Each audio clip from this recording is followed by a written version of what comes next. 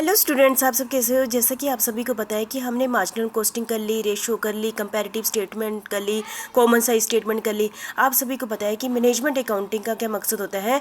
Different जैसे कि financial accounting से, कॉस्ट अकाउंटिंग से और डिफरेंट क्वालिटेटिव नेचर का डाटा लेना और उसको एक टाइप से क्वान्टिटेटिव नेचर के डाटा में कन्वर्ट करना, ताकि जो मैनेजर है क्या ले पाए, डिसीजन ले पाए। अकेला क्वान्टिटेटिव नहीं, इंटरप्रिटेशन भी करना ताकि वो उसके बेस पर क्या ले पाए, डिसीजन ले पाए। ठीक है, तो मैनेजर का काम, बोर्ड ऑफ डायरेक्टर जो वो हमारी हाई लेवल अथॉरिटी होती है या मिडिल लेवल मैनेजर होते हैं, लो लेवल मैनेजर होते हैं, उनको अपने अपने लेवल पर क्या लेने पड़ते हैं, डिसीजन लेने पड़ते हैं। और जो मैनेजमेंट अकाउंटिंग है वो उसको क्या प्रोवाइड करता है, बेसिक डाटा प्रोवाइड करता है, जिसके बेस पर वो क्या लेते हैं, डिसीजन लेते हैं।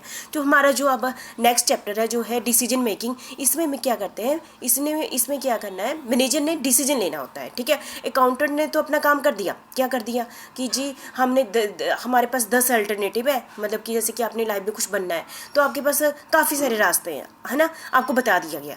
अब आपको बता दिया गया कि पहले तो यही सबसे बड़ी बात होती है ना, हमें यही नहीं पता होता है कि रास्ते कितने हैं। ठीक है, तो हम चुपचाप करके पढ़ा। आज के टाइम में जैसे इंटरनेट का टाइम है तो आपके पास बहुत ज़्यादा सारा अपॉर्चुनिटी है कि आप अपने सब्जेक्ट से रिलेटेड यूट्यूब पर ही देख लो कि बहुत सारी अपॉर्चुनिटी है। ठीक है, तो वो मैनेजमेंट अकाउंटिंग ने आपको एक बहुत सारी अपॉर्चुनिटी प्रोवाइड कर दी।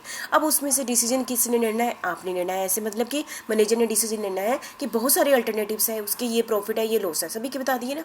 तो आपने उसके बेस पर क्या लेना है, डिसीजन लेना है। किसने लेना है, मैनेजर ने लेना है। हाँ, मैनेजमेंट अकाउंटेंट क्या करता है, हेल्प करता है किसको, डिसीजन लेने में, लेकिन डिसीजन किसने लेना है, मैनेजर ने लेना है। मैनेजर ने डिसीजन किसके बेस पर लेना है, जो कि उसके पास बहुत सारे अल्टरनेटिव्स हैं, है ना, हर अल्टरनेटिव के उसने प्रॉफिट बता दिए, लॉस बता दिए। ठीक है, तो उसमें से जो बेस्ट होगा मैनेजर ने किसके बेस पर लेना, अपने ऑर्गेनाइजेशन के ऑब्जेक्ट पर लेना को ध्यान में रखना, अपने ऑर्गेनाइजेशन के क्या रिसोर्सेस है उसको भी ध्यान में रखना।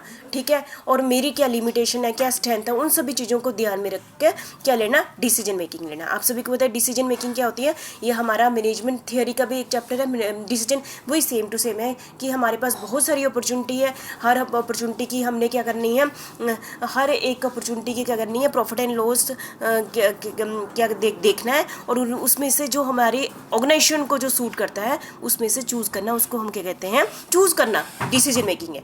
यदि हमारे पास अपॉर्चुनिटी नहीं होगी, जैसे आपने पहले डिसाइड कर दिया, पेरेंट्स ने आपने ये बनना है ना, तो आप उसी को अचीव करने के लिए चले रहते हैं। तो इसका मतलब कि आपने कोई डिसीजन ही लेना है, वो पहले से डिसाइडेड है। डिसीजन कब लिया जाता है, जब आपके पास बड़ी सारी अपॉर्चुनिटी है, तो उनमें से जो क्या बेस्ट अपॉर्चुनिटी है उसको डिसाइड करना, उसको हम क्या कहते हैं, डिसीजन मेकिंग कहते हैं। ठीक है, decision making is an important job of manager. किसकी इंपॉर्टेंट जॉब है, मैनेजर की इंपॉर्टेंट जॉब है। It involve choosing a course of action from several alternative course of action.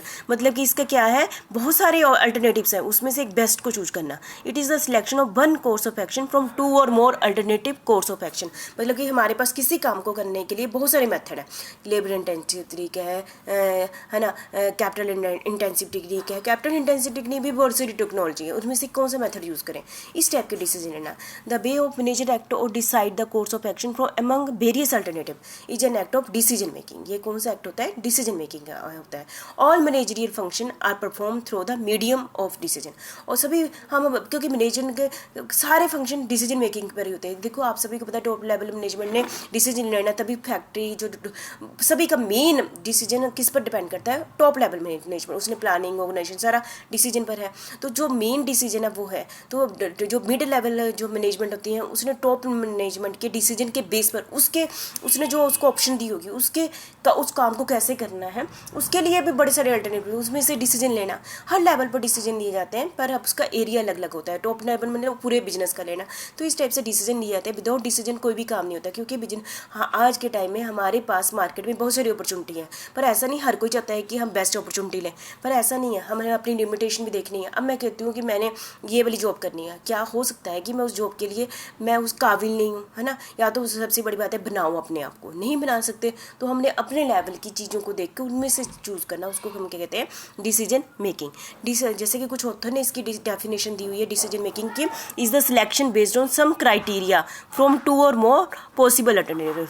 मतलब कि बहुत सारे अल्टरनेटिव, 2 या 2 से अधिक ज़्यादा अल्टरनेटिव है, उसको कुछ क्राइटेरिया को बेस मानकर तब उसमें से एक को चूज़ करना। कोई क्राइटेरिया रखेंगे ना कि हाँ जी मैं रिस्क लेने को तैयार हूँ, तो आप तो उस टाइप से आपने उस अल्टरनेटिव चूज़ कर लेना, मतलब क्राइटेरिया कुछ बेस रखना।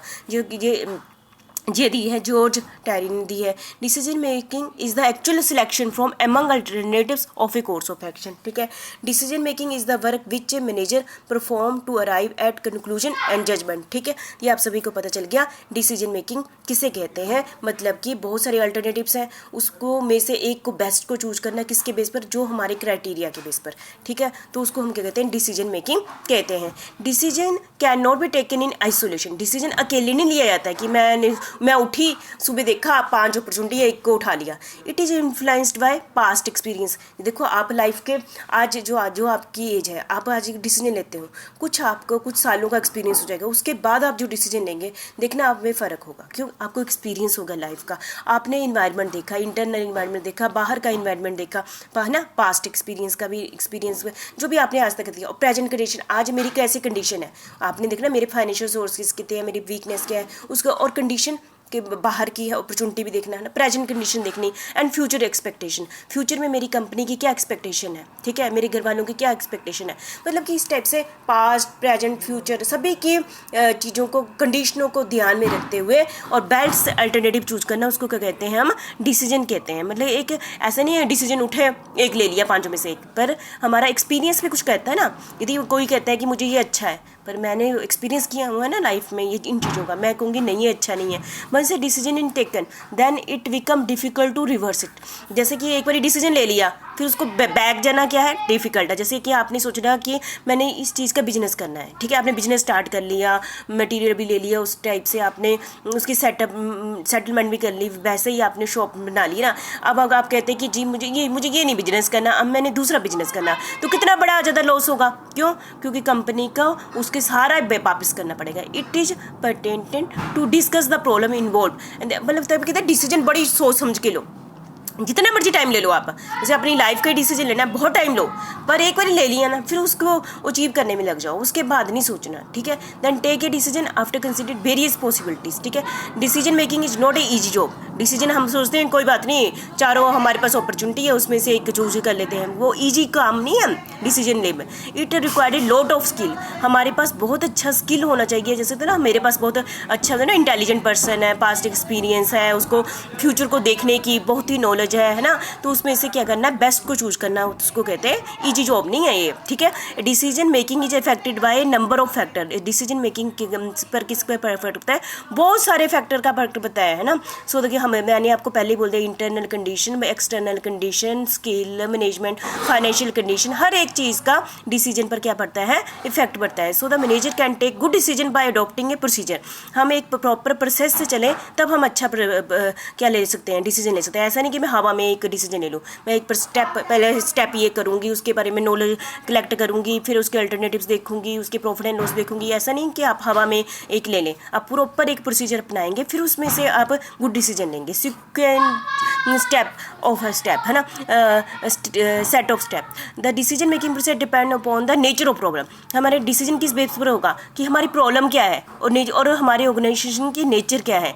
Decision can not be taken in isolation. Decision isolation नहीं है, it is implies bye past experience, present condition and future expectation से। तो इन सभी चीज़ों का इफेक्ट पड़ता है। आप सभी को पता चल गया डिसीजन क्या होता है। बहुत ही वैसे तो खैरी में बोलो तो डिफरेंट अल्टरनेटिव्स से एक को चूज कर लो, नहीं, पर हमारी सारी अल्टरनेटिव्स के प्रॉफिट लॉस हर एक चीज़ को देखना, उसको चूज करना। यदि हम कैपिटल इंटेंसिव टेक्निक लेते हैं, उसमें तो बहुत करोड़ों अरबों रुपया लग जाता है। ठीक है, तो एक बार डिसीजन ले लिया तो मशीन वापस थोड़ी होगी, है ना। मशीन आपने ले ली, टेक्नोलॉजी ले ली, तो इसलिए डिसीजन बहुत ही सोच समझ के लिया जाता है, चाहे छोटे लेवल का है, मिडिल लेवल का है, टॉप लेवल का है। ठीक है, हाँ, नुकसान उस हिसाब से होगा जितनी आपकी इन्वेस्टमेंट है।